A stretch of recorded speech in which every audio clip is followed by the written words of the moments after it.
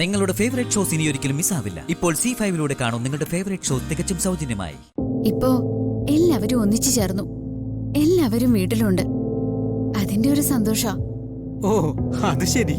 അപ്പോ നിത്യയുടെ സന്തോഷത്തില് ഞാനും പങ്കുചേരുന്നു.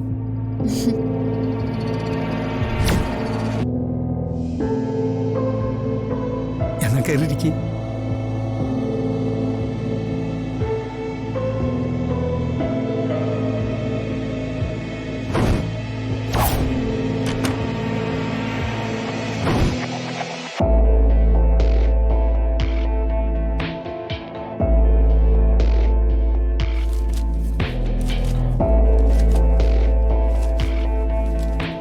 മോളെ റെഡിയായില്ലേ?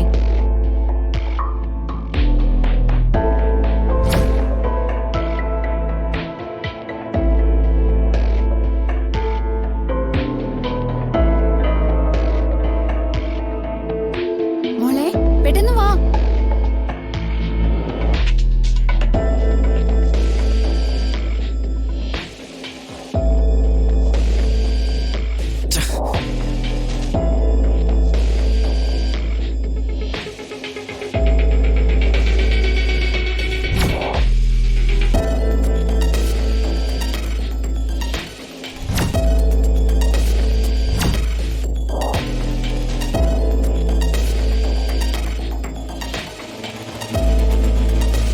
ഇരിക്കേ.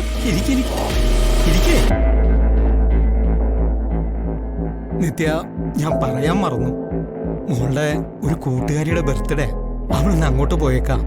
അയ്യോ, സാറിനെന്നാ പറയായിരുന്നില്ലേ? ഞാനെന്നാ കേറില്ലായിരുന്നല്ലോ. അല്ല, മോള് പോയിട്ട് പെട്ടെന്ന് തിരിച്ചു വരും. ക്ലാസ് മുടങ്ങണ്ടല്ലോ. എന്നാ ഞാൻ പോയിട്ട് പിന്നെ വരാം സർ. മോള് വരുമ്പോ വിളിച്ചാ മതി. അതല്ല, നിത്യ കൊണ്ട് എനിക്കൊരു ഉപകാരം ഉണ്ടായിരുന്നു. മോള് വരുന്നതിന് മുമ്പ് അതൊന്ന് ചെയ്തു തരികയാണെങ്കിൽ. എന്ത് സർ? അല്ല, ഓഫീസിലെ കുറച്ച് കണക്കുകളും മറ്റുമാണേ. എല്ലാം സ്റ്റാഫ് നോക്കി വെച്ചിരിക്കുന്നതാ. എന്നാലും അതൊന്ന് ടാലി ചെയ്തു തരണം. അയ്യോ സർ, ഓഫീസിലെ കണക്കൊക്കെ ഞാൻ നോക്കാന്ന് പറഞ്ഞ. നിത്യക്ക് ഇതില് ഉത്തരവാദിത്വമൊന്നുമില്ലല്ലോ. എനിക്ക് പകരം നിത്യ നോക്കുന്നു, അത്ര തന്നെ. എനിക്ക് സത്യം പറഞ്ഞ ഈ കണക്കിന്റെ കാര്യത്തില് പണ്ടേ മടിയാ. പലചരക്ക് സാധനങ്ങൾ പോലും വാങ്ങിച്ച തുക കൂട്ടി നോക്കാൻ ഞാൻ വല്ലാണ്ട് ബുദ്ധിമുട്ടും. അതുകൊണ്ടാ. പ്ലീസ്. എന്നാ സാർ എടുത്തോളൂ. ഇത് ഞാൻ ട്യൂഷന്റെ കണക്കിൽ വെക്കുന്നില്ല കേട്ടോ. എക്സ്ട്രാ ആയിട്ട് നിത്യ എന്തെങ്കിലും ചെയ്തു തരുന്നുണ്ടെങ്കിൽ അതിന്റെ പ്രതിഫലം ഞാൻ തരും. അയ്യോ, അതൊന്നും വേണ്ട സർ. ഇതൊരു ചെറിയ കാര്യമല്ലേ, ഞാൻ നോക്കിത്തരാം. താങ്ക്സ്.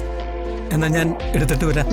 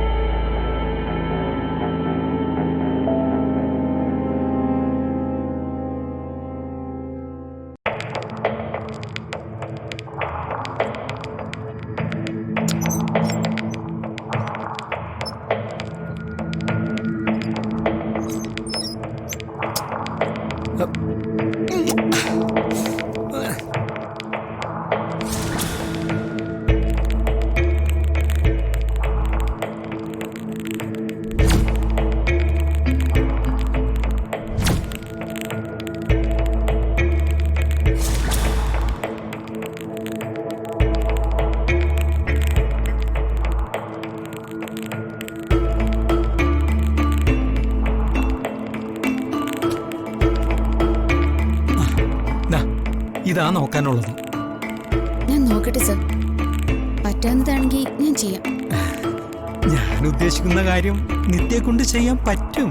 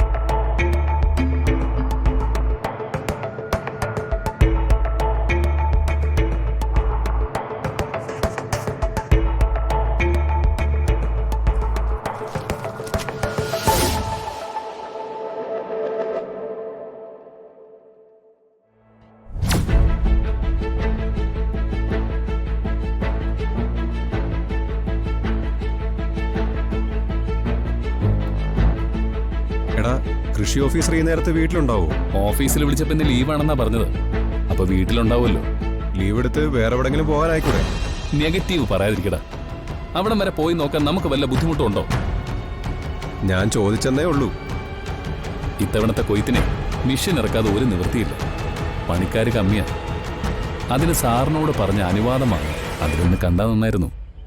കുറെ കാലം കഴിയുമ്പോ ഈ കൊയ്ത്ത് പണിയൊക്കെ നമ്മൾ വേറെ വല്ല നാട്ടിലും പോയി കാണേണ്ടി വരും. നമ്മുടെ പാടങ്ങളുടെയൊക്കെ അവസാന റീല ഓടിക്കൊണ്ടിരിക്കുന്നത്. ഏയ്, അങ്ങനെയൊന്നുമില്ല.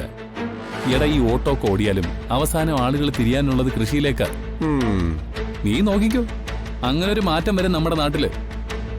ഈ വിദ്യാസമ്പന്നരായ ചെറുപ്പക്കാര് കൃഷിയുടെ മഹത്വം മനസ്സിലാക്കി അതിലേക്ക് ഇറങ്ങും. പിന്നെ അവർക്കൊക്കെ നിന്നെ പോലെ നട്ടപരാന്താണല്ലോ. എടാ, നിന്നോടൊന്നും പറഞ്ഞിട്ട് ഒരു കാര്യമില്ല.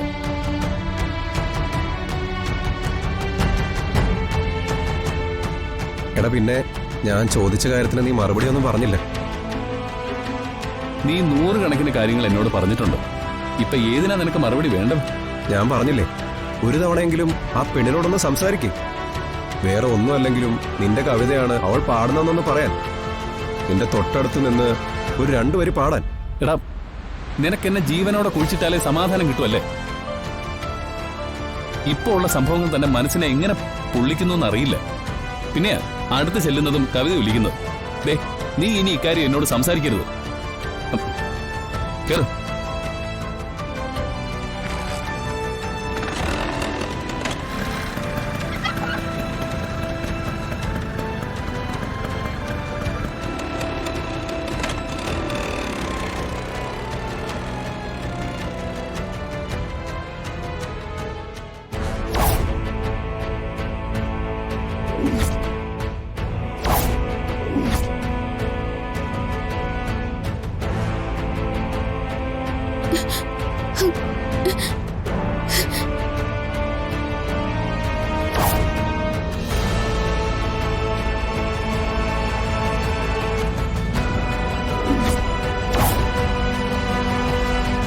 ഡൗൺലോഡ് ചെയ്യൂ C5 ആപ്പ്. കാണൂ എല്ലാ എപ്പിസോഡുകളും സൗജന്യമായി.